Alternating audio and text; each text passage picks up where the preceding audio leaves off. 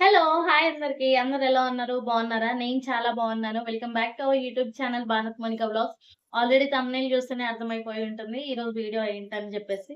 ఈ వీడియో వచ్చేసి kitchen cleaning. Upcoming Varalakshmi వ్రతం ఉంది కదా! సో, ఇల్లంతా సర్దుకుంటున్నాం అన్నమాట. ఆల్మోస్ట్ 50% ఆఫ్ ద వర్క్ అయిపోయింది. కిచెన్ క్లీన్ చేస్తే అసలు ప్రశాంతంగా ఉండొచ్చు. తర్వాత ఇది చాలా తొందరగా అయిపోతుంది. సో, ఇదొచ్చేసి కిచెన్. మాకు కిచెన్‌లో ఓన్లీ ఇలా 2 సెల్ఫ్స్ ఉంటాయన్నమాట. సో, మా కిచెన్‌లో ఓన్లీ 2 సెల్ఫ్స్ ఉంటుంది ఇలా పెద్దవి. సో, పైన అన్ని నేను గిన్నెలు సర్దుకున్నాను.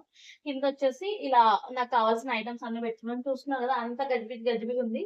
సో, ఇప్పుడు ఇదంతా తీసేసి, క్లీన్ చేసి, నీట్‌గా అన్నీ సర్దుకోవాలన్నమాట. సాజీరా ఆల్రెడీ డీమార్ట్ వ్లాగ్‌లో చెప్పాను కదా!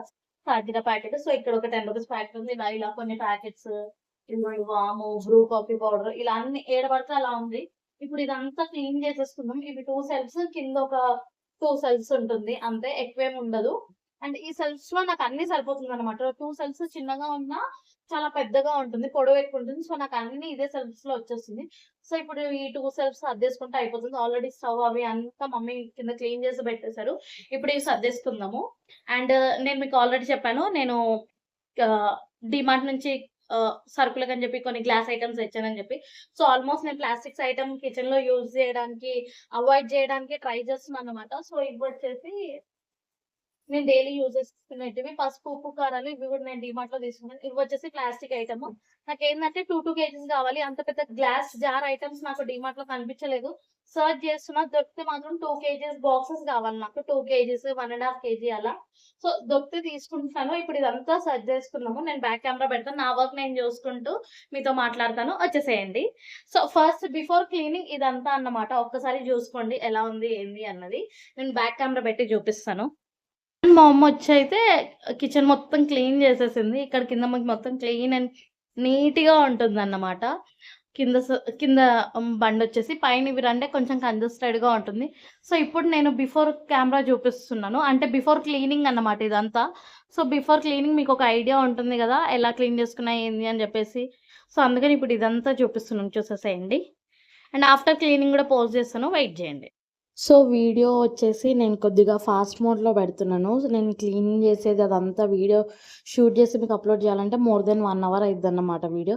సో, వీడియో మొత్తం ఫాస్ట్ మోడ్‌లో పెట్టేసి నేను ఎలా క్లీన్ చేసుకుంటున్నాను ఏంది అన్నది మీకు ఈ క్లిప్పింగ్స్ అనేటివి యాడ్ చేస్తున్నాను. ఫస్ట్ పైన సెల్ఫ్‌లో అన్నీ తీసేసి నేను న్యూస్ పేపర్స్ పెట్టుకున్నానన్నమాట. షీట్స్ పెట్టుకుంటాను. సో, ఆ షీట్స్ అన్నీ నీట్‌గా క్లీన్ చేసుకుంటున్నాను.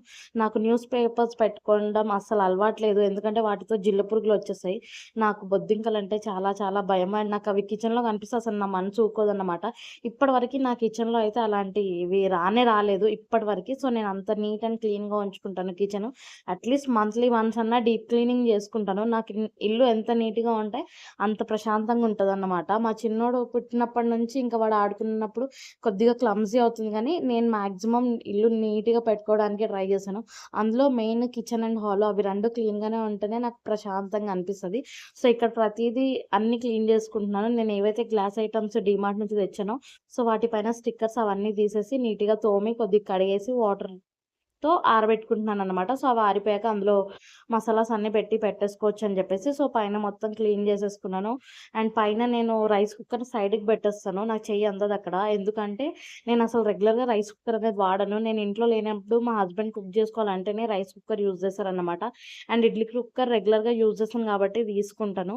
అండ్ నెక్స్ట్ సెల్ఫ్‌లో వచ్చేసి గ్రోసరీస్ అన్నీ ఇదే సెల్ఫ్‌లో పట్టేస్తాయన్నమాట నాకు. లైక్ ఉప్పు, పప్పు, కారం ఇంకా అలాంటివి ఎక్సెట్రా ఎవ్రీథింగ్ మసాలాస్ అన్నీ ఇందులోనే వచ్చేస్తుంది.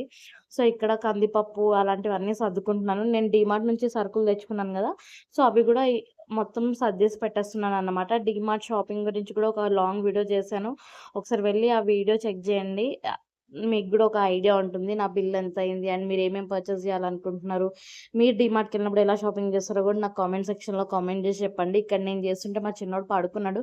లేచొచ్చాడన్నమాట. ఇంకా వాడు గూడా నాకు హెల్ప్ చేస్తున్నాడు. సో, టీవీలో మా వాడు ఇంకా స్టూల్ మీద నించొనున్నాడు. సో, మళ్ళీ కింద పడిపోతాడేమో అని జెప్పేసి వాడిని మెల్లగా మమ్మీ దగ్గర కూర్చోబెట్టేసి వచ్చేసానన్నమాట.